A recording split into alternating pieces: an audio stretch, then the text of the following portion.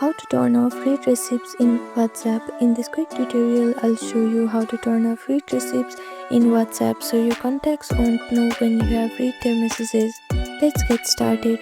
First, make sure you have downloaded WhatsApp on a device. For iPhone user, you can download it from App Store, and for Android user, you can download it from Google Play Store. After that, check on search bar and open WhatsApp. Make sure to log into your account. After you log into your account on Android, tap the three dots in the top right corner, then tap settings, and on iPhone tap settings at the bottom right corner.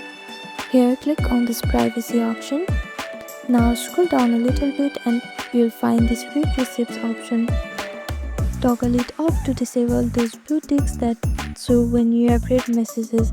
These settings won't affect group chats, and if you turn it off, you also won't see when others have read your messages. And that's it. This is how you turn off your read receipts on WhatsApp. Thank you for watching this video. Please do not forget to like, share and subscribe to our channel, and comment down below if you have any other queries. Thank you.